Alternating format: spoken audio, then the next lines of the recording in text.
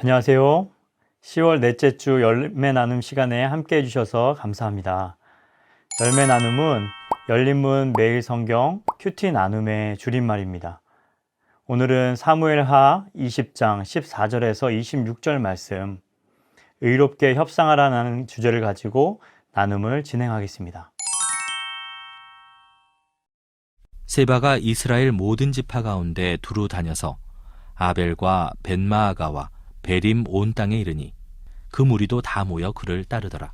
이에 그들이 벳마아가 아벨로 가서 세바를 애우고 그 성읍을 향한 지역 언덕 위에 토성을 쌓고 요압과 함께한 모든 백성이 성벽을 쳐서 헐고자 하더니 그 성읍에서 지혜로운 여인 한 사람이 외쳐 이르되 들을지어다 들을지어다 청하건대 너희는 요압에게 이르기를 이리로 가까이 오라 내가 네게 말하려 하노라 한다 하라.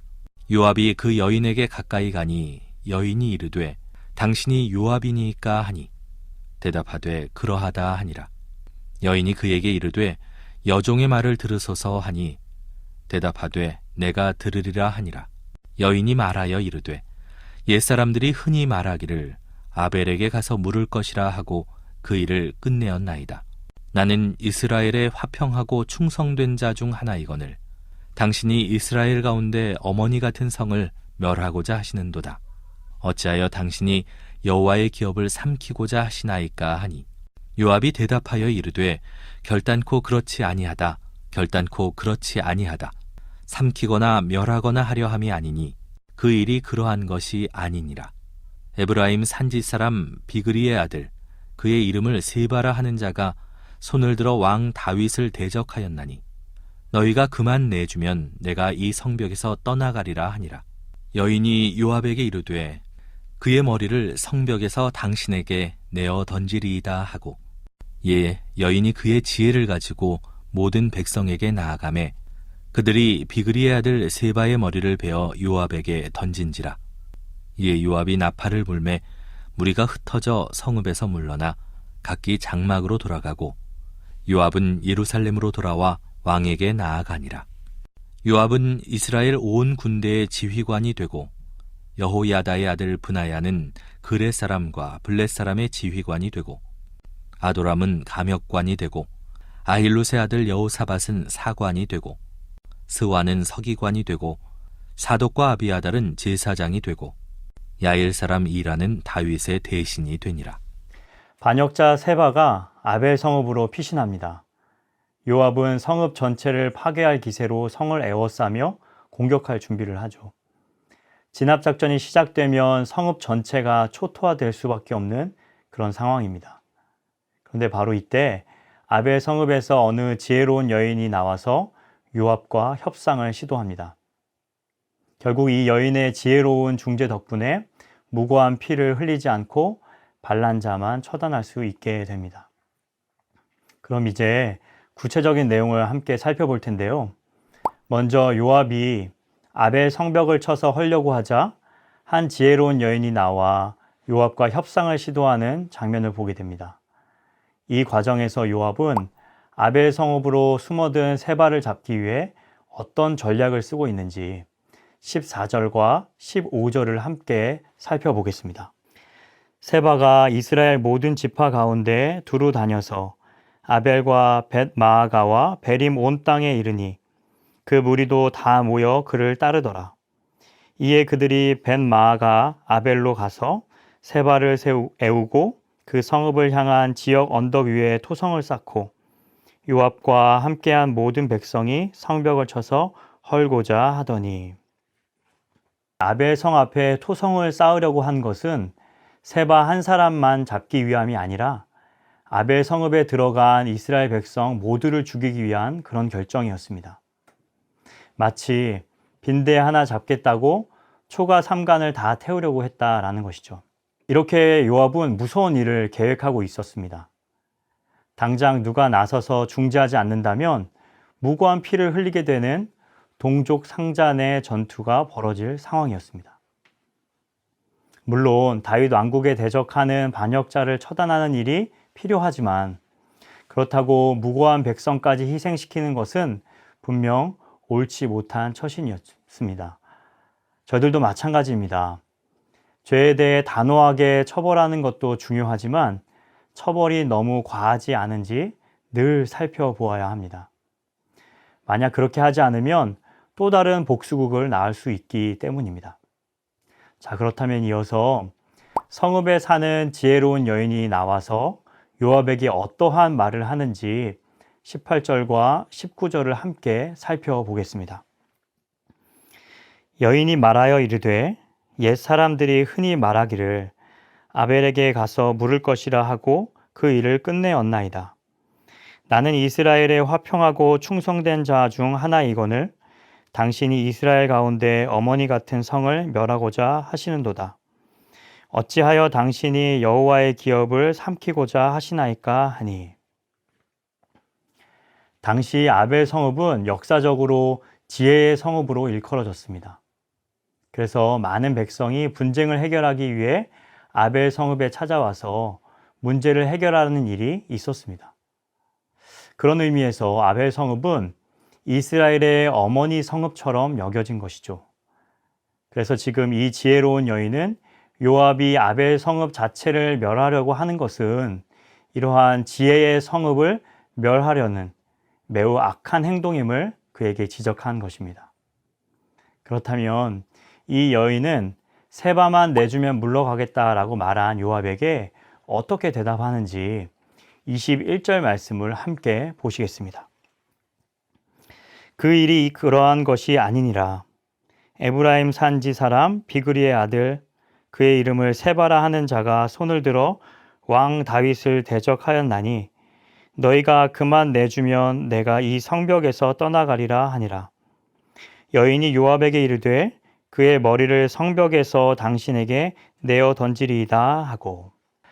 요압은 사실 세바의 선동에 미혹된 백성 전체를 응징하는데 관심이 없었습니다. 오직 다윗을 대적한 세바 한 사람만 처단하는데 관심이 있었던 것이죠. 이제 이 협상 테이블에 앉은 여인과 요압은 서로의 필요와 요구사항을 절충합니다. 즉, 무고한 백성은 살리고 패역한 세바는 처단하는데 합의를 한 것이죠. 이 모든 것은 지혜로운 여인의 용기 있는 중재가 있었기에 가능한 일이었습니다. 사실 여인이 아무리 요압을 설득했다 할지라도 정작 아벨 성읍 사람들을 설득하지 못하면 여인의 생명 자체가 위태로울 수 있었기 때문입니다. 여인은 이러한 위험 부담을 안고 과감하게 협상하고 이를 지혜롭게 실행한 것입니다. 여러분, 이제까지의 말씀을 생각해 보면서 이제 이 영상을 다 보신 후에 이런 나눔을 오이코스 안에서 가져보시면 좋겠습니다. 먼저 요압은 성읍을 치기 전에 화평을 도모하라 라는 그 말씀을 어기고 오직 자기 목적을 달성하기 위해 무고한 사람들이 있는 아벨성을 파괴하려 했습니다.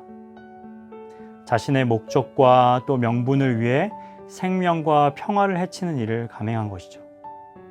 그렇다면 오늘날 어디서 이런 일들이 일어나고 있는지 또 그 폐해는 무엇인지를 함께 나눠보시면 좋겠습니다. 또 한 가지 내용을 더 생각해 보면서 나눔을 진행하면 좋겠는데요. 아벨성의 지혜로운 여인은 무고한 희생을 막는 평화로운 방식을 제시하므로 요압의 폭력적인 방식을 막았습니다. 그렇다면 우리 공동체와 사회를 또 생명 존중의 평화로운 곳으로 만들기 위해 필요한 지혜와 태도가 무엇이라고 생각하는지 오이코스 안에서 함께 나눠보시면 좋겠습니다. 다시 본문의 내용으로 돌아와서 그 내용을 살펴보면 반역자 세바는 처형되고 진압군은 해산하는 모습을 볼 수 있습니다. 이제 요압과 협상을 마친 여인이 성읍으로 돌아가서 한 일은 무엇인지 22절의 앞부분의 내용을 함께 살펴보겠습니다. 이에 여인이 그의 지혜를 가지고 모든 백성에게 나아가매 그들이 비그리의 아들 세바의 머리를 베어 요압에게 던진지라. 지혜로운 여인은 성읍에 돌아와 요압과 협상한 대로 백성들을 설득합니다. 아마도 세바의 반역이 잘못되었다라는 것과 이러한 잘못된 반역에 합류하는 것은 더 큰 비극을 초래할 수 있다라고 하는 점을 백성에게 아주 잘 말했을 것입니다. 설득된 백성은 세바의 머리를 베어 요압에게 던집니다. 여인은 힘든 상황을 모면하기 위해 단순히 임기응변식의 행동을 하지 않았습니다. 말의 진정성을 과감한 행동으로 보여준 것입니다. 공동체를 건강하게 세우기 위해서 저희가 용기 있게 실천해야 할 일이 있습니다. 그냥 말만 하고 실천하지 않는다면 아무것도 변화될 수 없습니다. 변화되지 않는 공동체는 또한 건강하게 성장할 수도 없습니다. 문제가 무엇인지 정확하게 진단했다면 그것을 해결할 방법을 찾고 용기 있게 실천할 수 있어야 합니다. 자, 그러면 이제 이 세바의 죽음을 확인한 요압과 또 진압군이 무엇을 하는지 22절 뒷부분을 함께 살펴보겠습니다. 이에 요압이 나팔을 불매 무리가 흩어져 성읍에서 물러나 각기 장막으로 돌아가고 요압은 예루살렘으로 돌아와 왕에게 나아가니라. 여기서 이 성읍에서 물러나 각기 장막으로 돌아간 사람들이 누구인가에 대해서는 크게 두 가지 의견이 있습니다. 하나는 진압군이 흩어졌다라는 의견이고 또 하나는 세바를 따르는 무리, 즉 반란군이 흩어졌다라고 보는 견해입니다. 여러분 1절에서 세바가 나팔을 불며 이스라엘아 각각 장막으로 돌아가라 라고 선언하는 것이 이 문학적으로 볼 때 22절에서 무리가 흩어져 각기 장막으로 돌아갔다라는 것과 인클루지오, 즉 감싸기 구조로 되어 있는 것으로 볼 때 본문에서 이 무리는 반란군으로 보는 것이 더 합당해 보입니다. 요압은 이 세바의 선동에 휘둘렸던 무리를 무사히 집으로 돌아갈 수 있도록 탈출구를 열어준 것입니다. 악은 제거하되 또 다른 불필요한 복수의 씨는 남기지 않은 것입니다.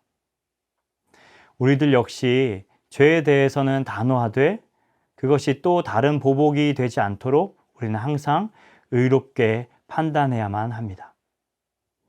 이제 마지막 세 번째 나눔을 여러분과 나누겠습니다. 이처럼 사람들을 의롭고 평화로운 길로 이끌기 위해서 다른 이들을 설득하는 것이 지혜자의 숙명이고 책임인 것을 알게 되었습니다. 혹시 주변에 설득이 필요한 사람이 누구인지, 그리고 그들을 어떤 말로 설득해야 하는지 오이코스 모임 안에서 함께 이야기 나눠 보시면 좋겠습니다. 오늘은 사무엘하 20장 14절에서 26절 말씀을 살펴보았습니다. 여러분, 이 세상을 살다 보면 분쟁과 다툼, 오해의 순간을 만나게 됩니다. 그럴 때 우리 그리스도인들은 어떻게 하나님의 방법으로 그 문제를 해결해 가야 하는지 오늘 말씀 내용을 통해서 은혜가 풍성한 그런 나눔의 시간이 되기를 간절히 소원합니다. 감사합니다.